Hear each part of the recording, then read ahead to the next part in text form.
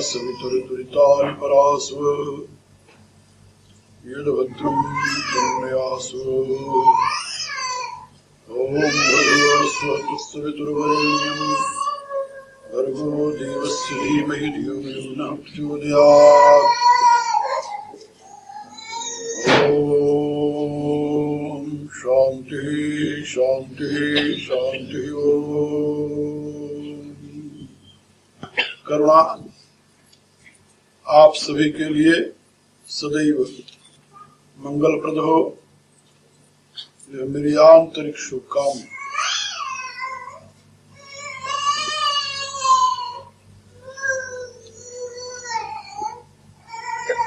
पुरुष सूक्त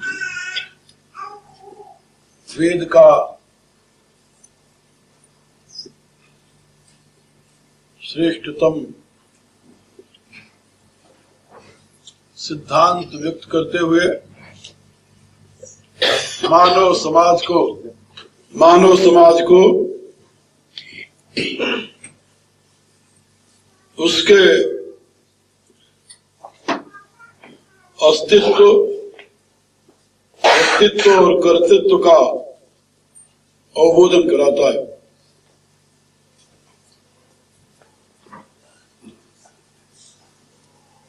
कर्तृत्व में यज्ञ की व्यवस्था, व्यक्तित्व में समष्टि से व्यष्टि का आविर्भाव और अस्तित्व में परमेश्वर की सत्ता, ये तीन बातें वेद की मूल आधार शिला है। फिर इसे समझ लो। कर्तृत्व में यज्ञ की व्यवस्था, यज्ञ में आदान और प्रदान, ये दो प्रक्रियाएं जो स्वतः चलती, श्वास आपके अंदर आ रही है और जा रही है। श्वास अंदर आती है उसको आदान कहते हैं और जो बाहर जाती है उसको प्रदान कहते हैं। ये आदान और प्रदान की प्रक्रिया का नाम है यज्ञ। ये यज्ञ स्वतः चल रहा है, इसके लिए आपको कुछ करना नहीं पड़ रहा। और इसी यज्ञ से आपके शरीर में अग्नि का आविर्भाव हो रहा है, प्रज्वलन हो रहा है, और वही अग्नि का प्रज्वलित स्वरूप आपका एक व्यक्तित्व है। तो कर्तृत्व व्यक्तित्व के साथ बंधा हुआ है, और व्यक्तित्व किसके साथ बंधा हुआ है? अस्तित्व के। जो आपके व्यष्टि शरीर में, सीमित शरीर में ऊर्जा है, उष्णता है, अग्नि है, वह विराट का अंश मात्र है। उसकी कोई स्वतंत्र और स्वच्छंद सत्ता नहीं है। जिस विराट से आपके इस व्यक्तित्व का सृजन हुआ है, उस विराट से भिन्न आपकी कोई सत्ता नहीं है। इसलिए अस्तित्व तो उसका है, उसके अस्तित्व से आपका व्यक्तित्व है, और आपके व्यक्तित्व में ये सहज कर्तृत्व है। ये तीन बातें, और वेद में इसी की मीमांसा है। और जो बातें संपूर्ण वेद में विभिन्न दृष्टिकोणों से समझाई गई हैं, उन्हीं को संक्षेप से पुरुष सूक्त में संकेत किया गया है। आप लोगों को 6 दिनों तक मैंने व्यक्ति और विराट इसके विषय में बहुत सी बातें बताई। कल भी उस विराट के एक अंश की व्याख्या मैंने आप लोगों से बताई। ततो विराट जायत विराजो अधिपुरुष, जिससे, क्योंकि आपका तो आधार विराट, लेकिन विराट स्वयं में ही सब कुछ नहीं है। आपका आधार विराट है, इसमें कोई संदेह नहीं। इस पृथ्वी पर रहने वाले जो जीव हैं, उनको जीवनी शक्ति तो सूर्य से मिल रही है, इसमें किसी को संदेह नहीं है। Every scientist is accepting this truth that the sun is the source of our life. If there will be no sun, there will be no life too. लेकिन अपने आप में ही सूर्य सब कुछ है, ऐसा नहीं कहा जा सकता। ऐसे तो अनंत सूर्य हैं। इसलिए आपके व्यक्तित्व का आधार विराट की सत्ता है, लेकिन विराट स्वयं में कारण है, ऐसा नहीं कहा जा सकता। विराट कार्य भी है और कारण भी है। कारण किसका? आपका। और कार्य किसका? उस पुरुष का जो विराट से ऊपर व्यवस्थित है, स्थित है। ततो विराट जायत विराजो अधिपुरुष, उससे विराट प्रकट हुआ है, उत्पन्न हुआ है, आविर्भूत हुआ है। लेकिन वह पुरुष तो विराट से भी परे, जिसकी व्याख्या कल मैंने की थी कि भू भुव स्व महाजना तपा सत्यम, ये सब विराट के अंग हैं। ये सात अंग हैं उस विराट के। आपके भी 7 अंग हैं। दुनिया में जितने मनुष्य हैं उनको सप्तांग कहा जाता है। मनुष्य के 7 अंग होते हैं, और मनुष्य के 7 अंगों के आधार पर ही राष्ट्र के 7 अंग स्वीकार किए गए। और राष्ट्र के 7 अंग का मूल आधार क्या है? विराट का 7 अंग वाला होना। और विराट का जो 7 अंग है वही 7 लोक कहा जाता है। रामायण में तुलसीदास जी ने उसके लिए एक शब्द प्रयोग किया है, आवरण। सप्तावरण भेद करी जहां लगे गति मोरी, गयो तहां प्रभु भुज निरख व्याकुल भयो बोरी। 7 आवरणों को भेद करके जहां तक मेरी गति है, मेरी गति माने जीव की गति, यानी जहां तक जाकर के जीवत्व बना रहता है, क्योंकि उसके ऊपर चले जाओ तो जीवत्व नहीं रहता, फिर तो समाप्त हो जाता है। यानी व्यक्तित्व तो समाप्त हो जाता है, फिर केवल सत्ता अस्तित्व मात्र रह जाता है।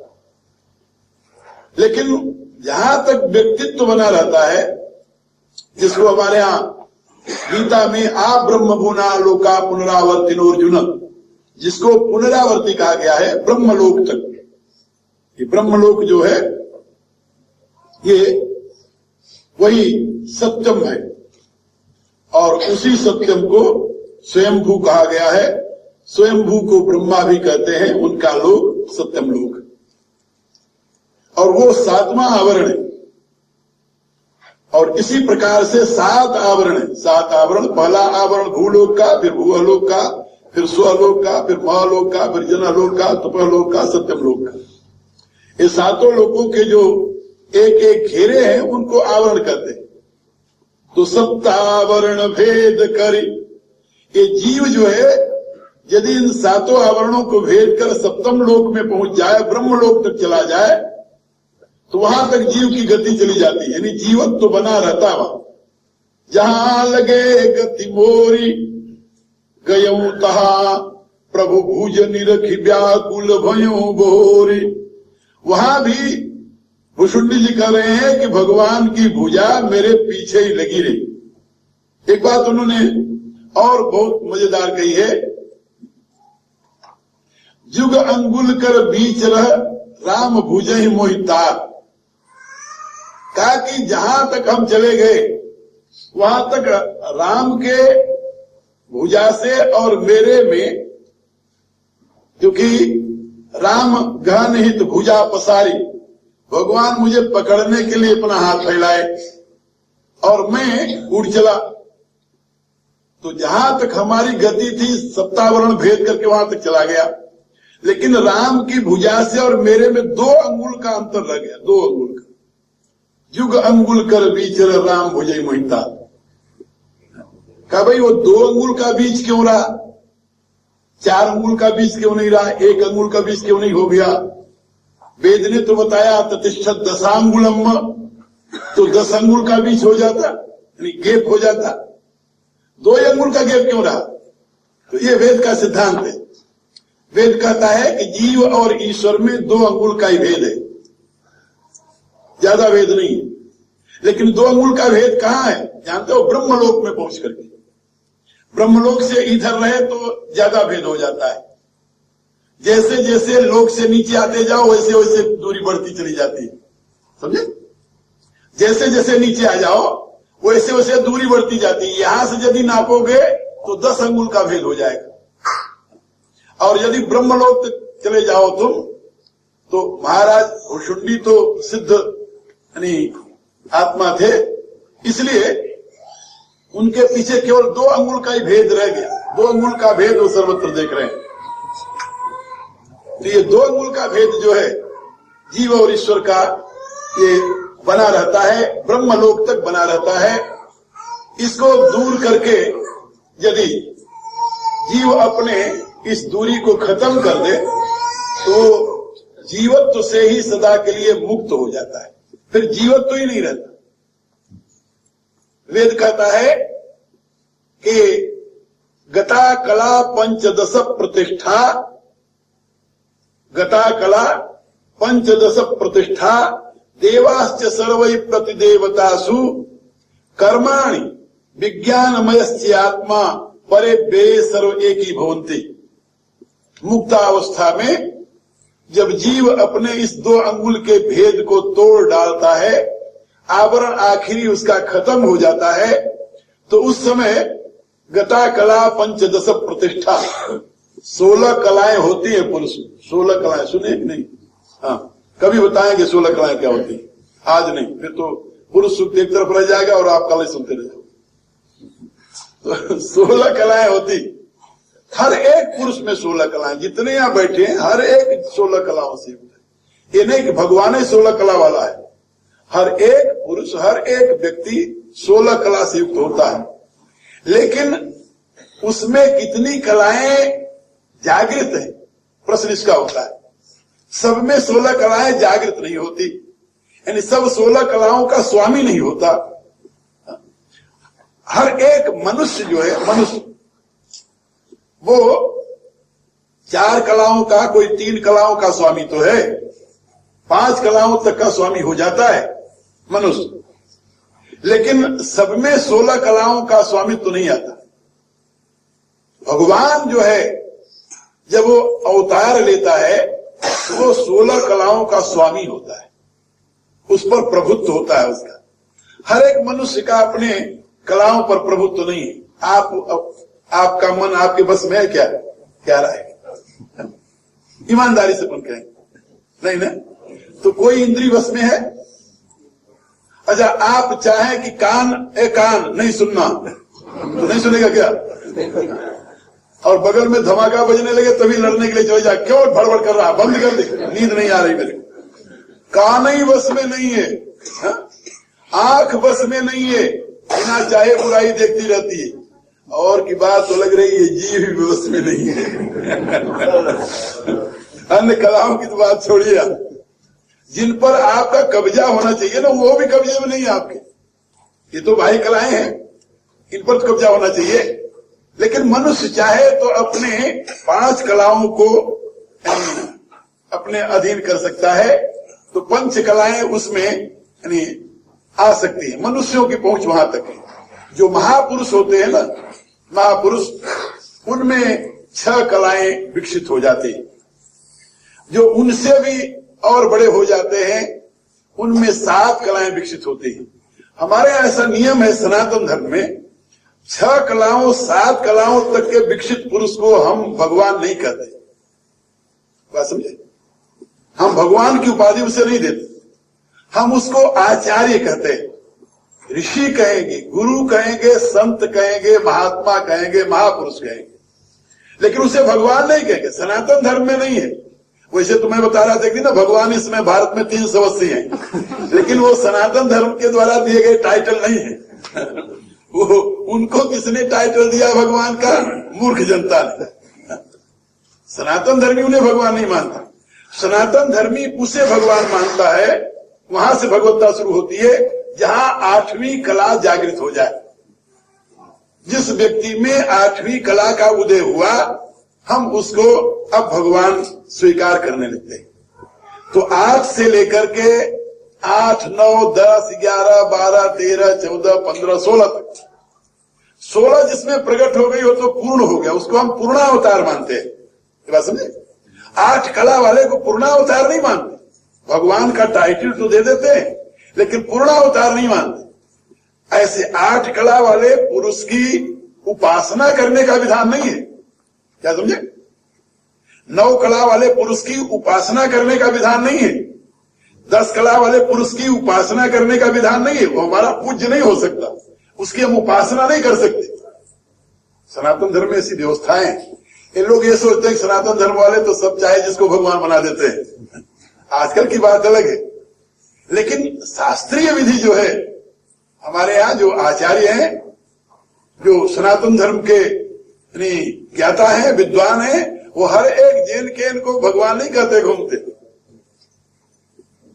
इसलिए यहां पर जिसमें 8 कला उदय होती है, वहां से फिर भगवत सत्ता उसमें हम स्वीकार कर लेते हैं और वहां से आगे हम उसको नमस्कार करते रहे भगवान का करके। इसमें कई ऐसे महापुरुष हुए हैं जिनमें 8वीं कला का जागरण था और उनको हमने भगवान स्वीकार कर लिया।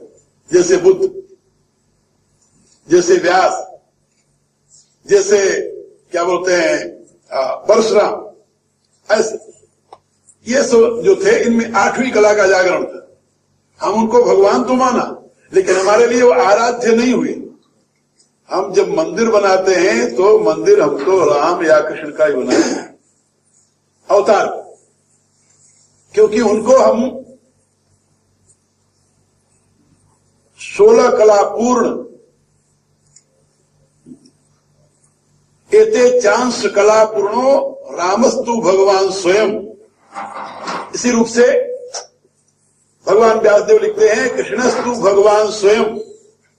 तो हम राम को, कृष्ण को हमारे अभी तक के इतिहास में हमारे लिए आराध्य माने जिसका चिंतन करके हम ब्रह्म को आत्मसात कर सकते हैं, उसमें केवल 2 अवतार हुए हैं, राम और कृष्ण, जिसको हम भगवान के पूर्ण अवतार के रूप में स्वीकार करते हैं। वैसे तो भगवान के रूप में हमने कई महापुरुषों को स्वीकार किया है, लेकिन वे वो महापुरुष हैं जिनमें 8वीं कला का विकास हुआ था। 8वीं से लेकर किसी में 8 है, 9 है, 10 है, 11 है, ऐसे। लेकिन 8 से नीचे वाले को, यानी 7 कला वाले को हम भगवान नहीं कहते। आदर के साथ संस्कृत में एक शब्द है भगवन, संस्कृत में एक शब्द है भगवन, और इसका हमारे यहाँ शास्त्र में ऐसा प्रयोग है, शिष्य अपने गुरु को भगवन कह करके संबोधित करता है, क्योंकि गुरु के लिए, शिष्य के लिए गुरु उसका भगवान है। इसी रूप से पिता को भगवान शब्द कह करके संबोधित किया जाता है। इसी रूप से स्त्री पति को भगवान शब्द कह करके संबोधित करती है। वहां पर वो आदर का भाव है, ये नहीं को परमात्मा हो गया सही माने, ये बात समझिए। ये अलग अलग स्थितियां आदर की दृष्टि से, लेकिन यथार्थ जहां पर उपासना की बात आती है, वहां पर हम 8वीं कला से भगवत सत्ता स्वीकार करने लगते हैं। 7वीं 6वीं तक हम उसको आचार्य, गुरु आदि रूपों में स्वीकार करते हैं। और जन सामान्य जो है वो 5 कला तक रह जाता है। ये सनातन धर्म की दृष्टि है। तो यहां मैं बता रहा था कि जब 16 कलाएं उदित हो जाती हैं, जागृत हो जाती हैं, मोक्षाभिलाषी अथवा मोक्षोन्मुख जीव की गति का वेद वर्णन कर रहा है। वो कहता है गता कला पंचदश प्रतिष्ठा का, ये 15 कलाएं जो हैं, 15 कलाएं वो अपने अपने कारण में लीन हो जाती है। गता कला पंचदश प्रतिष्ठा और देवाश्च सर्वै प्रतिदेवता सब, और उन कलाओं के जो देवता हैं, हर एक कला का एक देवता है, उन कलाओं के जो देवता हैं वो अपने कारण रूप में अवस्थित हो जाते हैं। देवाश्च सर्वै प्रतिदेवता सब। अब बच जाता है एक कर्माणि विज्ञानमयश्च आत्मा, आखिरी कला। अब उसकी क्या गति होती है? कहा परे व्यय सर्व एक ही भवन्ति, वह परम अव्यय तत्व में, ब्रह्म में लीन हो जाता है। एक ही भवन्ति माने उसमें लीन हो जाता है। तो पूछा गया कि एक ही भवन्ति किम एक ही भवन्ति, कैसे एक हो जाता है? तो आगे का मंत्र है यथा नद्यः सिन्ध्यमाना समुद्रे अस्तम गच्छन्ति नाम रूपो विहाय तथा विद्वान नाम रूपात् विमुक्तात् परात् परम पुरुषं पयति दिव्यम। का जैसे नदियां हिमालय से चलकर गति को प्राप्त होती हुई जब समुद्र में लीन होती हैं, तो समुद्र से एक कदम पहले तक तो उनका नाम होता है, रूप भी होता है, आकृति होती है। कितनी बड़ी नदी है? हो सकती सिंध नदी हो सकती है गंगा नदी हो सकती महाब्रह्मपुत्रा हो, बहुत बड़ी नदी है, एक दूसरा समुद्र है, लेकिन फिर भी उसका नाम है और उसकी आकृति है। लेकिन जहां वो समुद्र में मिली तहां उसका नाम और रूप ये दोनों समाप्त हो जाता है, न नाम रहता है न रूप रहता है। तो जैसे महानदी अपने नाम और रूप का त्याग करके समुद्र में मिलकर के आगे अब वो समुद्र कही जाती है, अब वो नदी नहीं कही जाती। इसी रूप से यह विज्ञान में आत्मा उस पर ब्रह्म में मिल करके फिर ब्रह्म कहा जाता है, फिर वो जीव नहीं कहा जाता, फिर उसकी और कोई दूसरी संज्ञा नहीं रह जाती। ये वेद का उद्घोष है। तो मैं आप लोगों को बता रहा था कि जीव का जो अस्तित्व है अलग नहीं है, वह उस पर ब्रह्म का ही एक अंश है, अंश। और जब अंश अपने अंशी में लय हो जाता है तो अंशीमय हो जाता है, उससे अलग उसका कोई अस्तित्व नहीं रह जाता। और जहां तक अलग अस्तित्व है वो सप्तावरण है, 7 आवरणों तक उसका अस्तित्व बना रहता है। जब तक 7वां आवरण वो नहीं चीरता, नहीं फाड़ता, तब तक वह अस्तित्व रहित नहीं होता। उसका यानी उसका अलग अस्तित्व माने इंडिविजुएशन, जिसको व्यक्तित्व कह रहा था मैं, वो बना रहता है उसका दृष्टि भाव। इसलिए यहां पर वेद कहता है ततो विराट जायत विराजो अधिपुरुष, उससे विराट प्रकट हुआ और वह पुरुष तो विराट से भी परे। ये विराट में 7 आवरण है, ये मैंने अभी बताया आप लोगों को, 7 आवरण ये विराट में है और इससे परे पुरुष है। लेकिन ये जो 7 आवरण वाला विराट है ये क्या है? देखिए वेद क्या कहता है, पादो अस्य विश्वाभूतानि त्रिपादस्या अमृतम दिवे। का ये जो 7 आवरण वाला विराट है वो उसका एक अंश है, एक अंश।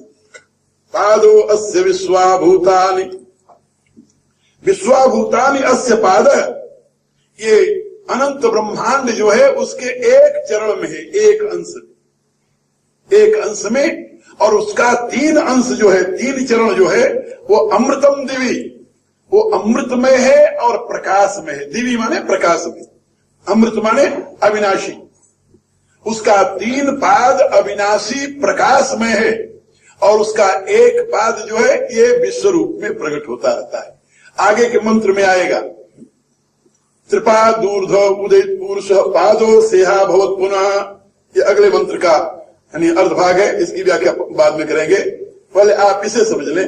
पादो अस्य विश्वाभूतानि त्रिपादस्यामृतम दिवे, ये विश्वभूत जो है उसके एक पाद में, वेद कहता है ब्रह्म के 4 पाद, चतुष्पाद। अयम ब्रह्म, अयम आत्मा चतुष्पाद है, ऐसा उपनिषद में कहा गया। यह आत्मा चतुष्पाद है, 4 चरण है आत्मा के। भाई परमात्मा को समझना हो, परमात्मा अपने पास तो है नहीं और कोई दृश्य तो है नहीं कि उसे समझा दो। तो ऋषियों ने कहा कि पहले तुम परमात्मा को समझना चाहते हो तो आत्मा को समझ लो। यथा पिंडे तथा ब्रह्मांडे। तुम जो हो, तुम्हारा ये जीवन जो है ये परमात्मा का मॉडल है। अंग्रेजी मॉडल कहते हैं प्रतिरूप। एक सज्जन ने कहा वेद में तो लिखा है कि परमात्मा कोई प्रतिरूप होता ही नहीं। हम कहा नहीं भाई, वेद में लिखा है परमात्मा का प्रतिरूप भी होता है। क्या मैंने तो पढ़ा नहीं। हम कहा फिर सारा वेद नहीं पढ़ा होगा तब हम क्या करें। अब जो आप न पढ़े वो न हो ऐसा कोई कानून तो नहीं है ना। क्या है जिसको आप नहीं पढ़े वो वेद में है ही नहीं। तो मैंने उनसे कहा, हम कहा कि देखिए 30वें अध्याय का आप देखिए आखिरी मंत्र पढ़िए, उसमें आपको पढ़ने को मिलेगा। बड़ा ही सुंदर 29वें बड़ा ही सुंदर संदेश है। वेद कहता है, क्या कहता है, तस्य प्रमासी तस्य प्रतिमासी। उस परमेश्वर की प्रमा है, उस परमेश्वर की प्रतिमा है। ये मैं तो नहीं अपनी तरफ से बना कर, यजुर्वेद का मंत्र है। अब उसकी प्रमा भी है, उसकी प्रतिमा भी है। तो उसकी प्रमा और उसकी प्रतिमा क्या है? कई पुरुष। या प्रतिमा माने क्या? प्रतिमूर्ति। प्रतिमा माने जहां पर वेद में है न तस्य प्रतिमास्ति यज्ञनाम महद्यसः, ऋग्वेद का मंत्र है। और ये मंत्र यजुर्वेद में भी, ये मंत्र कृष्ण यजुर्वेद में भी। तो वहां पर अर्थ अलग है। न तस्य प्रतिमास्ति, उस परमात्मा की बराबरी का कुछ नहीं है। प्रतिमा माने उसका प्रतिमान, उसके समान, उसकी बराबरी का। यस्य नाम महद्यसः, जिसका नाम महान यश वाला है, उस परमेश्वर की बराबरी का कुछ नहीं दुनिया में। यहां पर जो प्रमा और प्रतिमा शब्द है वह है प्रतिमान। प्रतिमान माने उसका मॉडल, उसकी अनुकृति। ये बात समझे?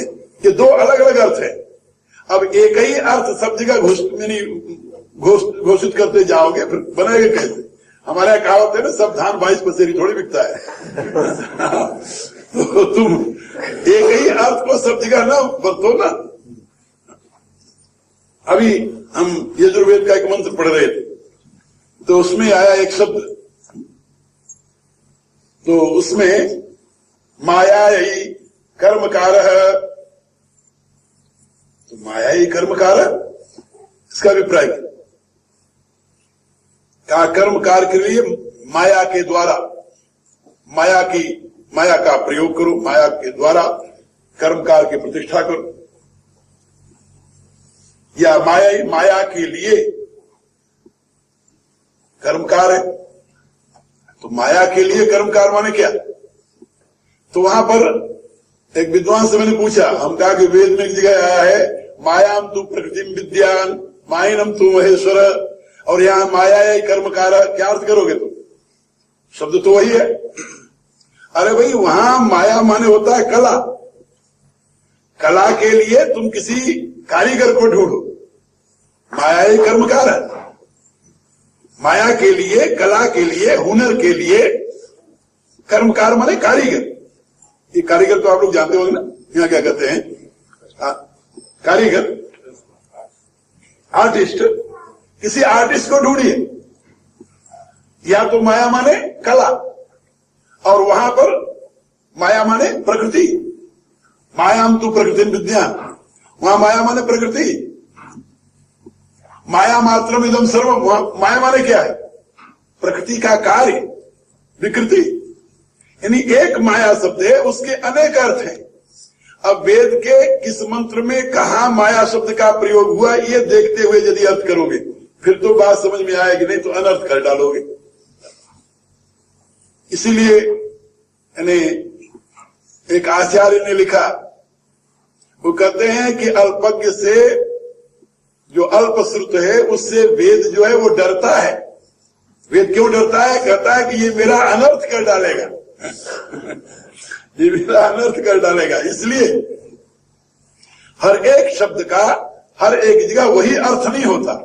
तो यहां पर मैं आप लोगों को बता रहा था कि ऋषियों ने कहा कि उस परमात्मा की प्रमासी प्रतिमासी, उसकी प्रतिमा है कौन? ये मनुष्य शरीर, उसकी बिल्कुल मॉडल। क्योंकि जो परमेश्वर के अंग से देवता प्रकट हुए वो मनुष्य के शरीर में प्रवेश किए, इसलिए क्योंकि वो उसकी प्रतिमा है, उसकी अनुकृति है। और वेद के इस मंत्र का भावार्थ तो बाइबल वालों ने भी ग्रहण किया है। Man is the image of God. इसका अभिप्राय क्या? ये मनुष्य जो है परमात्मा का इमेज माने क्या होता है? वही मूर्ति, इमेज, स्टेचू, मूर्ति। ये तो बाइबल वालों ने ग्रहण किया है।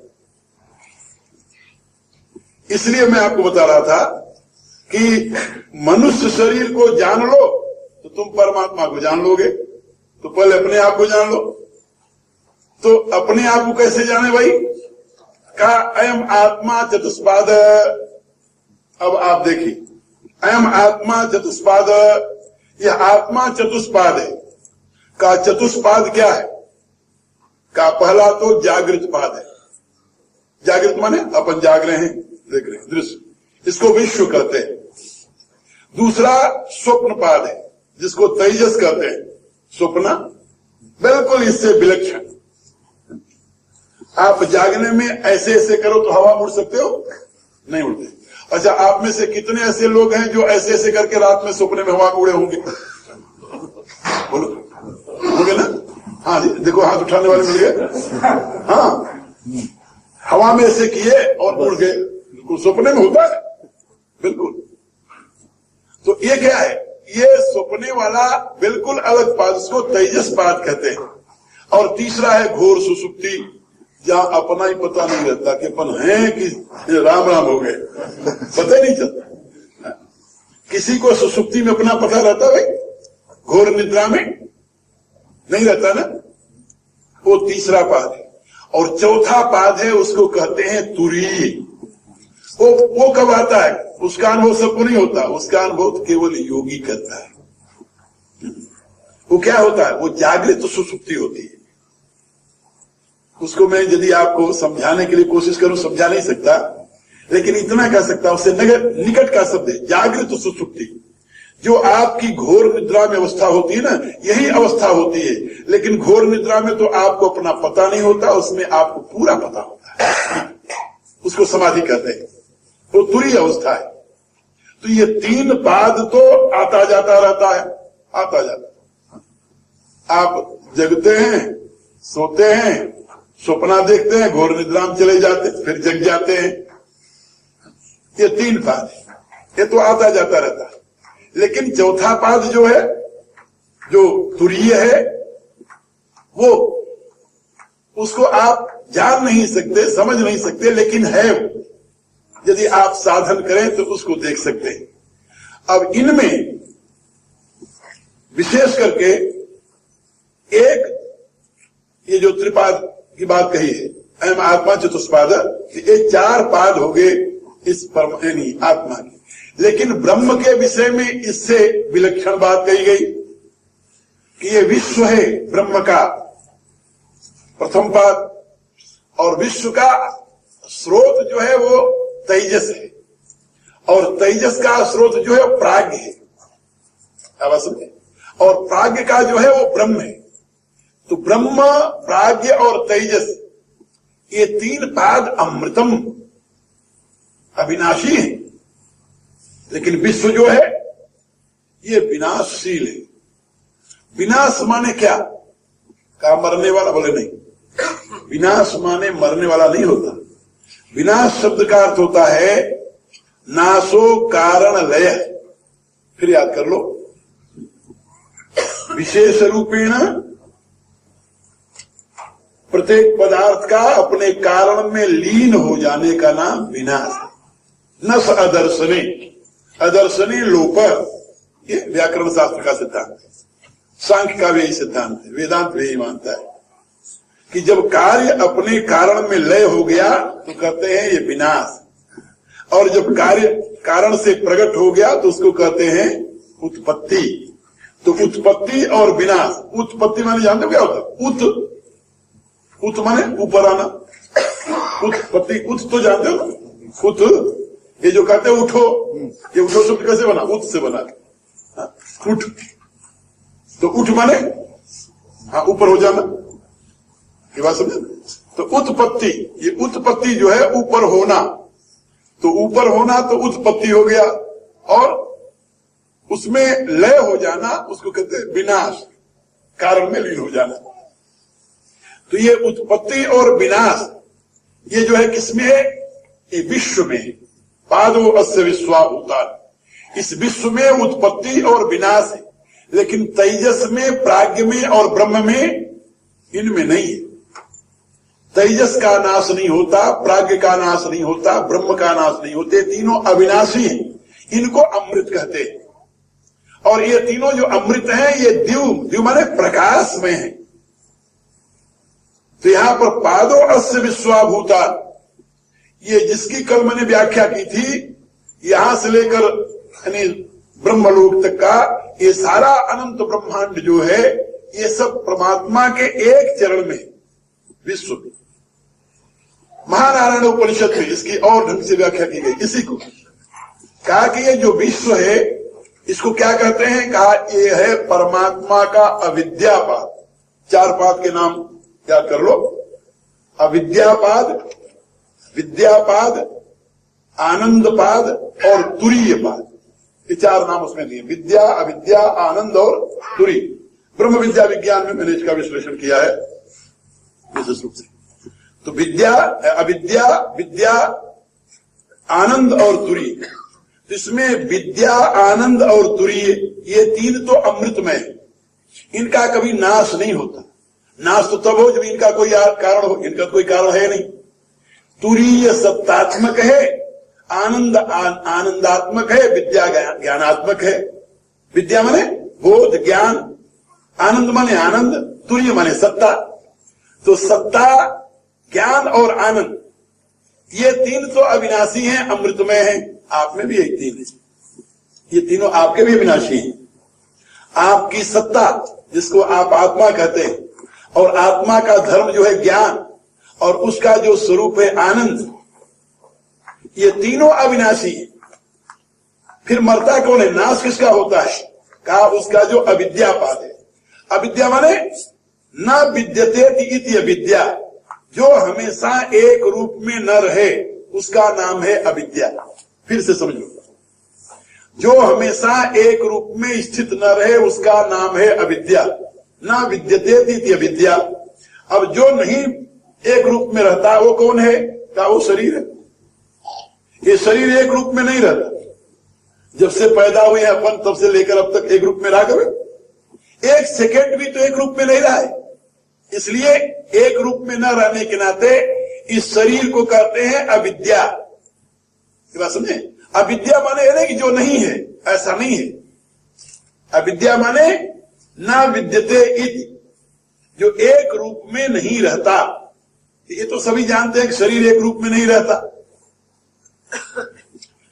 दूसरा अर्थ किया गया है सांख्य शास्त्र में, विद्या और अविद्या, विद्यते विद्या और न विद्यते अविद्या। सांख्य दर्शन ने इसकी व्याख्या की, जरा उसको समझो। जो विज्ञान जानते हैं, एक दिन और मैंने बताया था कि जिन्होंने विज्ञान पढ़ा है उनको मेरे वेदार्थ में तुरंत गति हो जाएगी, बात समझ लेंगे। लेकिन जिस भले आदमी ने विज्ञान नहीं पढ़ा उसके लिए बड़ा मुश्किल है इसको जानना, समझना। जो वेद का जो सही में प्रकाश है वो विज्ञान के विकास से जुड़ा हुआ है। जैसे जैसे विज्ञान का विकास होगा ऐसे ही वैदिक सिद्धांत का प्रकाश होगा, उसी प्रकार से। ये बात याद रखना। आज पश्चिम के जगत में जो वैदिक ज्ञान की इतनी महत्ता है वो क्यों है? इसलिए कि पश्चिम को विज्ञान का बोध हो गया है, और विज्ञान के समर्थन के लिए कोई आधार ढूंढता है तो उसे वैदिक विज्ञान मिलता है, वेद शास्त्र मिलते हैं। लेकिन अभी मिडिल ईस्ट में विज्ञान का जन्म ही नहीं हुआ है वहां, और न तो होगा किसी जन्म में वहां भले आदमियों को। हाँ, मिडिल ईस्ट में नहीं होने का। मिडिल ईस्ट माने मुसलमान कंट्री, वहां नहीं होने का ना, असंभव है। और जब वहां नहीं होगा तो बेचारे वेद की महत्ता क्या जानेंगे? उनके लिए नहीं, वहां तो अकल की दखल ही नहीं। इसलिए मैं आप लोगों को बता रहा था कि विशेष रूप से विज्ञान आपको ये बता रहा है। आपके सामने एक खंभा खड़ा है ना, एक खंभा, एक खंभे के दो तत्व हैं, दो तत्व। एक तो उसका मेटर है जिससे खंभा का अस्तित्व है, और एक उसका रूप है जिसको आपने खंभा कहा। समझ रहे कि नहीं? एक तो मेटर है पदार्थ जिसके संघात से खंभा बना है, और एक उसकी आकृति है जिसको आप खंभा नाम दे रहे हैं। दो है ना? तो खंभा जो है ये तो अविद्या है, और लेकिन जिससे खंभा बना है वो विद्या है। ये बात समझे नहीं? कारण का नाम विद्या, वो जो मूल तत्व है जिससे वस्तु बनती है वो विद्या, और जो वस्तु की शकल है, जिस शकल में वस्तु प्रकट हुई है, उसका नाम है अविद्या। ये सांख्य का सिद्धांत है विद्या और विद्या के विषय में। जैसे समुद्र है, समुद्र के ऊपर लहरें उठ रही हैं, तो समुद्र किसका नाम?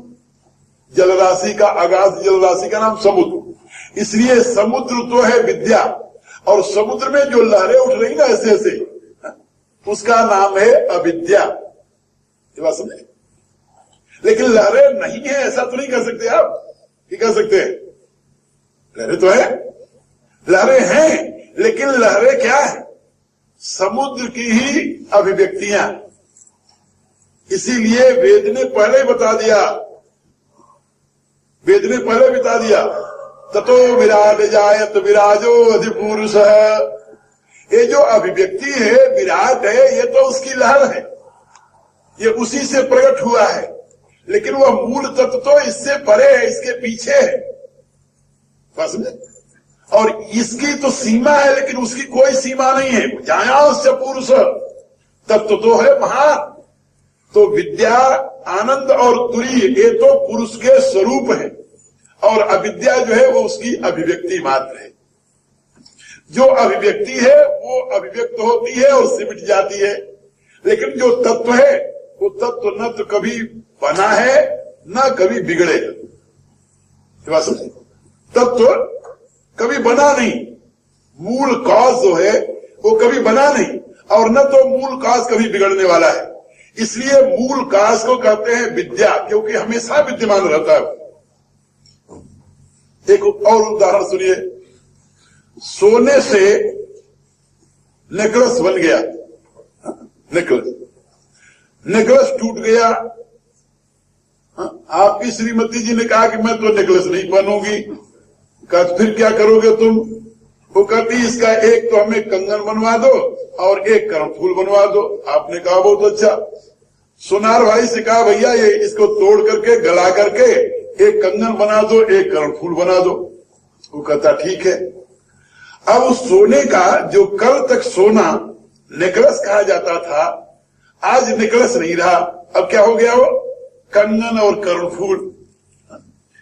तो कंगन और कर्णफूल और नेकलेस ये तो सोने के वेरिएशन हुए ना, लेकिन है मूल तत्व क्या? मूल तत्व तो सोना है। सोना तब भी था, सोना अब भी है। लेकिन किसी से कहोगे सोना पहने हो, नहीं सोना नहीं पहने, भाई कंगन पहने। सोना थोड़ी पहना जाता है। क्या रहा है? सोना पहना जाता है क्या? ना ना, सोना नहीं पहना जाता। सोने का कंगन, सोने का कर्णफूल, सोने का हार, ये पहना जाता, सोना नहीं पहना जाता। तो सोने में कोई अंतर नहीं आया, सोना सोना है। तो सोना है विद्या, लेकिन कर्णफूल है अविद्या, हार है अविद्या। ये बात समझे? लेकिन हार और कर्णफूल आदि ये जो सोने में विशेषण आया, विशेषण वर्तते, हमारे यहां इसको कहते हैं सोने का विवर्त। इसको क्या कहते हैं? विवर्त। विवर्त किसका? सोने का। विवर्त माने क्या होता है? विशेषण वर्तते। वह सोना एक विशेष आकृति में वर्तते माने उपस्थित है। विशेषण वर्तते इति विवर्त। अब वो सोना एक विशेष रूप में वहां पर उपस्थित है। आप जाने लगे बाजार, यहाँ तो खैर चांस नहीं आता, हमारे भारत में तो 3-4 महीने यानी बहुत उसकी मांग होती है। किसकी भाई? बाजार जा रहे हो ना, बोले हाँ, कहा बर्फ ले आना 4 किलो। किस में लाओगे? कहा बोरी लेते जाओ। बोरी में बर्फ बांध करके आ गई। अब किसी ने पूछा भाई बोरी में क्या बांध रखा है? कहता पानी। अरे कहता पागल हो गया। बोरी में पानी बांधता है तू, पागल हो गया क्या? कहता पागल तो नहीं हुआ, सत्य बात है। कहा भाई बोरी में पानी कैसे बांधेगा? अच्छा वो कह रहा है कि मैंने बोरी में पानी बांधा, गलत कह रहा क्या? कह रहा है आप बर्फ पानी किसी और कुछ है क्या? बर्फ का कोई ऐसा अंश है जो पानी ना हो? गन्ने का कुछ अंश है जिसको हम रस नहीं कह सकते। क्या समझे? गन्ने का कुछ अंश होता है जिसको हम रस नहीं कह सकते, लेकिन बर्फ का कोई ऐसा अंश है जिसको हम पानी नहीं कह सके। क्या रहा है आप? वेद में एक मंत्र है, तिलेषु तैलम दधनी सर्पी।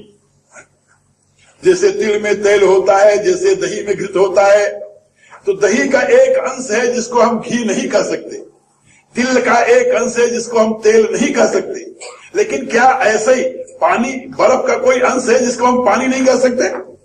क्या रहा है? या कर्ण फूल का कोई ऐसा अंश है जिसको हम सोना नहीं कह सकते? क्या रहा है? या घड़े का कोई ऐसा अंश है जिसको हम मिट्टी नहीं कह सकते? तो नमक का कोई ऐसा अंश है जिसको हम खारापन नहीं कह सकते? या शुगर का कोई ऐसा अंश है जिसको हम मिठास नहीं कह सकते? क्या रहा है? इसको कहते हैं विवर्त। विवर्त किसे कहते हैं? जब वो पदार्थ अपने सामान्य गुण की अपेक्षा किसी विशेष गुण में प्रकट हो जाए तो उसको कहा जाता है विवर्त। विवर्त माने विशेषण वर्तते। सोना सोना है, लेकिन सोना जब कंगन बन गया तो अब वो हो गया विवर्त। सोने का विवर्त क्या है? कंगन।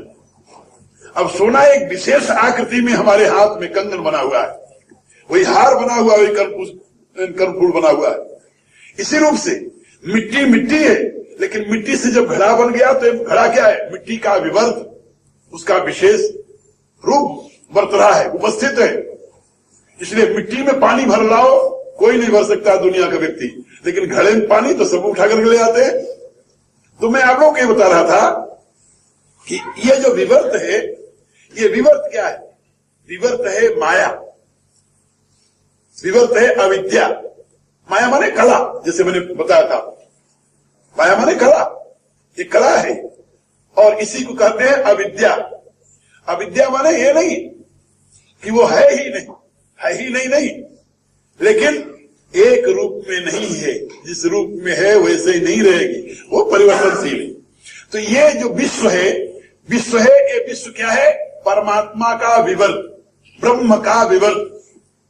ब्रह्म जो है वो तो कारण स्वरूप है, और उसका जब कार्य रूप में परिणत हो जाता है उसको विवर्त कहते हैं। विशेषण वर्तते विवर्त है।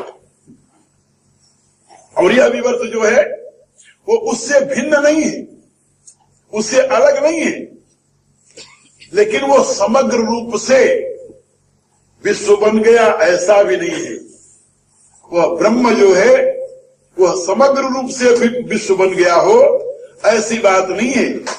उसका 3 पाद अमृतमय है, अविनाशी है, दिव्य है, प्रकाश में है, लेकिन उसका एक पाद विश्व रूप में प्रकट हुआ। पादो अस्य विश्वा भूतानि त्रिपादस्या अमृतम देवे। ब्रह्म का एक चरण, एक पाद, एक अंश विश्व के रूप में प्रकट हुआ है, और उसका 3 अंश, जिसको विद्या, आनंद और तुरीय कहते हैं, ये अमृतमय है। अमृत माने अविनाशी है, और दिव्य प्रकाशमय है।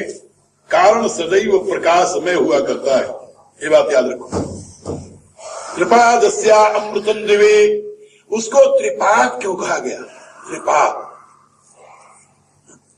और क्या कहा जाए उसको? त्रिपाद क्यों कहा गया? ये त्रि जानते हो किसे कहते हैं? त्रि। ये त्रि अपने आप में बहुत ही महत्व का है। वेद में एक शब्द आया है ऋग्वेद में, व्योमन। ऋच अक्षरे परमे व्योमन। कहे व्योमन क्या है? कहा वी ओम अन। वी ओम अन, इन तीनों से बना व्योमन। कहे है क्या? कहा वी, यह सारा विश्व, और ओम इसका कारण, और अन इसमें आनंद लेने वाला, दुख भोगने वाला, यह व्यष्टि जीव। ये तीनों जिसमें एक में होते हैं वो कहा जाता है व्योमन। व्योमन माने ब्रह्म। अब वो ब्रह्म जो है उसमें तीनों है, इसलिए उपनिषद कहती है भोक्ता भोग्यम प्रेरितारम चमत्वा सर्वम प्रोक्तम त्रिविधम ब्रह्म में तत्। इसमें एक भोक्ता है, एक भोग्य है, एक प्रेरिता है। ब्रह्म प्रेरिता है, जीव भोक्ता बन गया, जगत भोग्य बन गया, लेकिन तीनों है ब्रह्म। ब्रह्म का ही विवर्त है, ब्रह्म का की ही विशेष अभिव्यक्ति है। ये तीनों अलग अलग नहीं है, ब्रह्म से भिन्न नहीं है। इसलिए वेद कहता है कि ये सारा का सारा, ये जो वैविध्य है, वैचित्र्य है, ये सब एक चरण में परमात्मा के त्रिपाद, इन तीनों का रक्षक, इन तीनों का आधार, इन तीनों का स्रोत। पात माने रक्षक, पात माने पा धातु है रक्षणे। ये पा धातु से पिता शब्द बनता है, पति शब्द बनता है, पात शब्द बनता है, आदि शब्द बनते हैं। तो पात माने रक्षक। त्रिपाद शब्द का अर्थ होता है तीनों का रक्षक। तीन कौन? जिसकी व्याख्या की थी, जागृत स्वप्न सुसुप्ति तीनों का रक्षक कौन है? तुरी। विश्व तेजस प्राग्ञ तीनों का रक्षक कौन है? ब्रह्म। इन तीनों का रक्षक भोक्ता भोग्य और प्रेरिता, इन तीनों का रक्षक कौन है? कहो परमात्मा ब्रह्म। इसी रूप से स्थूल सूक्ष्म और कारण, इन तीनों का आधार कौन है? कहा वही परमात्मा ब्रह्म। कहा ऋग साम और यजु, इन तीनों का स्रोत कौन है? कहा वही ब्रह्म। ये बात समझे? इन तीनों को कहते हैं त्रि। ऋग यजु साम त्रि, और इन तीनों का आधार रक्षक कौन है? परमात्मा। इसलिए परमात्मा का एक नाम है त्रिपाद। त्रिपाद माने तीनों का आश्रय, तीनों का रक्षक।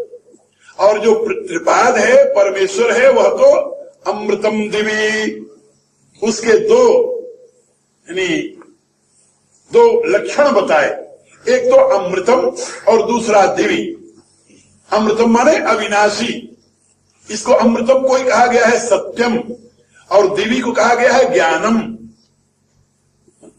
सत्यम ज्ञानम अनंतम ब्रह्म। वेद में सत्यम ज्ञानम अनंतम ब्रह्म। तो ब्रह्म के लक्षण करते हुए, स्वरूप लक्षण करते हुए ये तीन बातें बताई। सत्य है, ज्ञान है और अनंत है। तो सत्य को यहां कहा गया अमृतम, देवी को कहा, ज्ञानम को कहा गया देवी,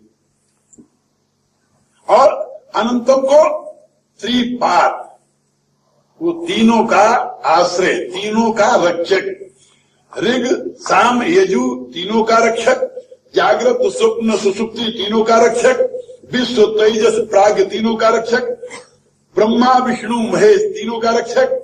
ये पुराण में जिसको विश्व तेजस प्राग्ञ कहा गया है उपनिषद में, उसी को पुराण में कहा गया है शिव, ब्रह्मा और विष्णु।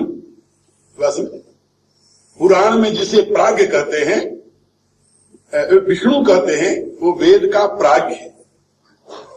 पुराण में जिसे ब्रह्मा कहते हैं वो वेद का तेजस है। पुराण में जिसे शिव कहते हैं वो वेद का विश्व है। तो विश्व, तेजस और प्राग्ञ, यही ब्रह्मा विष्णु में, इन तीनों का वो स्रोत है, तीनों का कारण है। इसलिए उसका नाम है त्रिपाद। वह जो त्रिपाद है उसके दो लक्षण हैं। कौन कौन? सत्यम और ज्ञानम। और सत्यम के लिए क्या है? अमृतम। ज्ञानम के लिए क्या है? देवी। ज्ञान माने प्रकाश और दिव्य माने प्रकाश। तो परम प्रकाश स्वरूप सत्तात्मक जो ब्रह्म है उसका नाम है त्रिपाद। तो यहां पर वेद कहता है पादो अस्य विश्वाभूतानि। ये जो विश्व समूह है, अनंत ब्रह्मांड, अनंत प्राणी, ये सब उसके एक पाद, एक चरण में, एक अंश में, एक अंश में। और त्रिपादस्या अमृतम देवी, उसका जो त्रिपाद है वह अमृत में दिव्य है, अथवा वह त्रिपाद अमृत में दिव्य है। ये दोनों अर्थ होता है इसका। वह त्रिपाद, वह स्वयं परमेश्वर, तीनों का रक्षक, अविनाशी और दिव्य है, एक अर्थ है। दूसरा अर्थ है कि उसका त्रिपाद जो है, एक पाद तो ये हो गया, जो विद्या, आनंद और तुरी, ये तीन चरण हैं, ये अमृत में दिव्य है। ये तीनों अविनाशी है, तीनों दिव्य है। विद्या में भी विद्या भी अविनाशी और दिव्य है, आनंद भी अविनाशी और दिव्य है, तुरीय माने सत्ता भी अविनाशी और दिव्य है। इसलिए जहां पर विद्या, आनंद और तुरीय कहा जाएगा, वहां पर कहा जाएगा सत चित आनंद। समझे? वो सच्चिदानंद जो है वो अविनाशी है और दिव्य है। और उस सच्चिदानंद का एक चरण जो है अविद्यापाद, वह एक अंश जो है वो अनंत विश्व के रूप में प्रकट होता है और उसी में लय होता रहता है। ये जो आविर तिरोभाव की लीला है उसके एक अंश में हुआ करती है।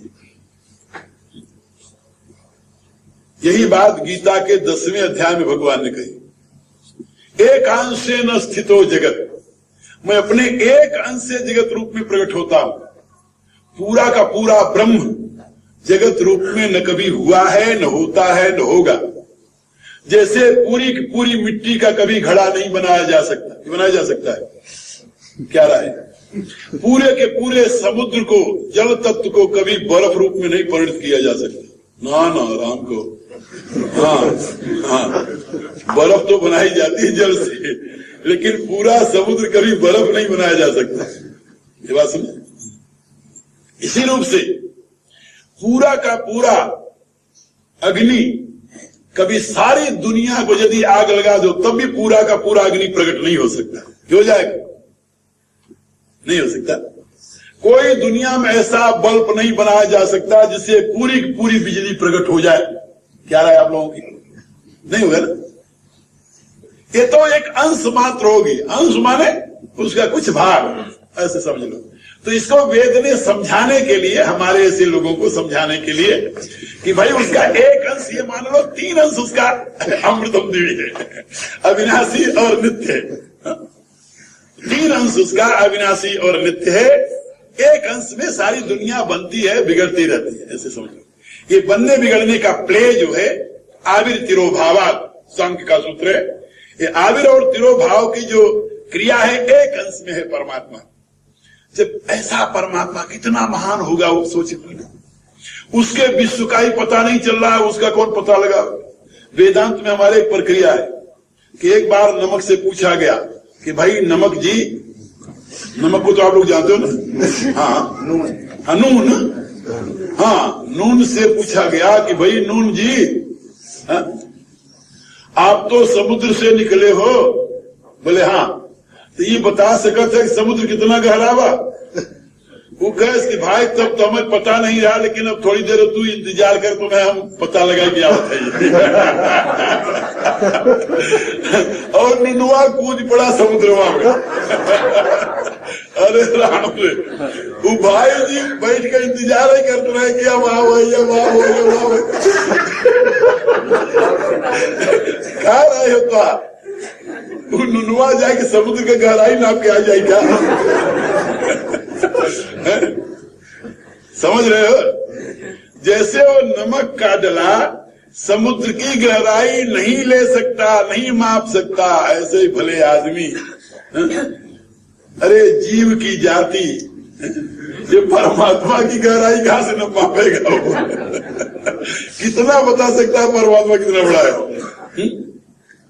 एक बार एक कुएं में एक समुद्र का मेढक बेचारा चला आया कहीं से, बाढ़ में बाहर आ गया होगा उसके साथ, ज्वार के साथ, और एक कुआं था उसमें गिर गया।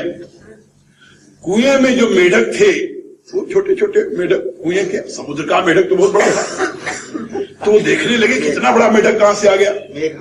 मेघा, हाँ मेघा। तो जब समुद्र के मेघवा के देखे कहीं ये कहां से आए। अब कुल इकट्ठा हो गए, कहां से आया भाई। गैस की हम तो समुद्र से आवत है। कहा समुद्र? बोले हाँ। कहा समुद्र कितना बड़ा बा? अरे कहा बहुत बड़ा बा। एक मेघा कूदे से यहाँ से, इतना बड़ा? कहता नहीं, इससे भी बड़ा। तो दूसरे ने कूद कर कहा इतना बड़ा? बोले नहीं। तो बड़का मेघा जो रहा कुएं का, वो कूदे से कुएं के यहाँ कोने से इनारा के वहां किनारे तक चला गया। कहा इतना बड़ा बा? अरे कहा नहीं भाई। अरे कहा झूठ बोला था। ऐसे बड़ा कहा समुद्र हो। कुल मेघे करे लगे तो हमारे लीडर के यानी झूठ बतावत है, इससे बड़ा और कहा समुद्र हो। अब वो क्या कहता बेचारा। तो मैं आप लोगों को बता रहा हूं कि जो ब्रह्म का ज्ञाता है, ब्रह्म को जिसने अनुभव किया, जाना, चित्त की यानी अवस्थाओं में, समाधि की अवस्थाओं में सातों आवरण को भेद करता हुआ जो उस अनंत से एक क्षण के लिए भी एक हुआ है, अरे राम को वो कहां से बताएगा कि वो कितना महान है।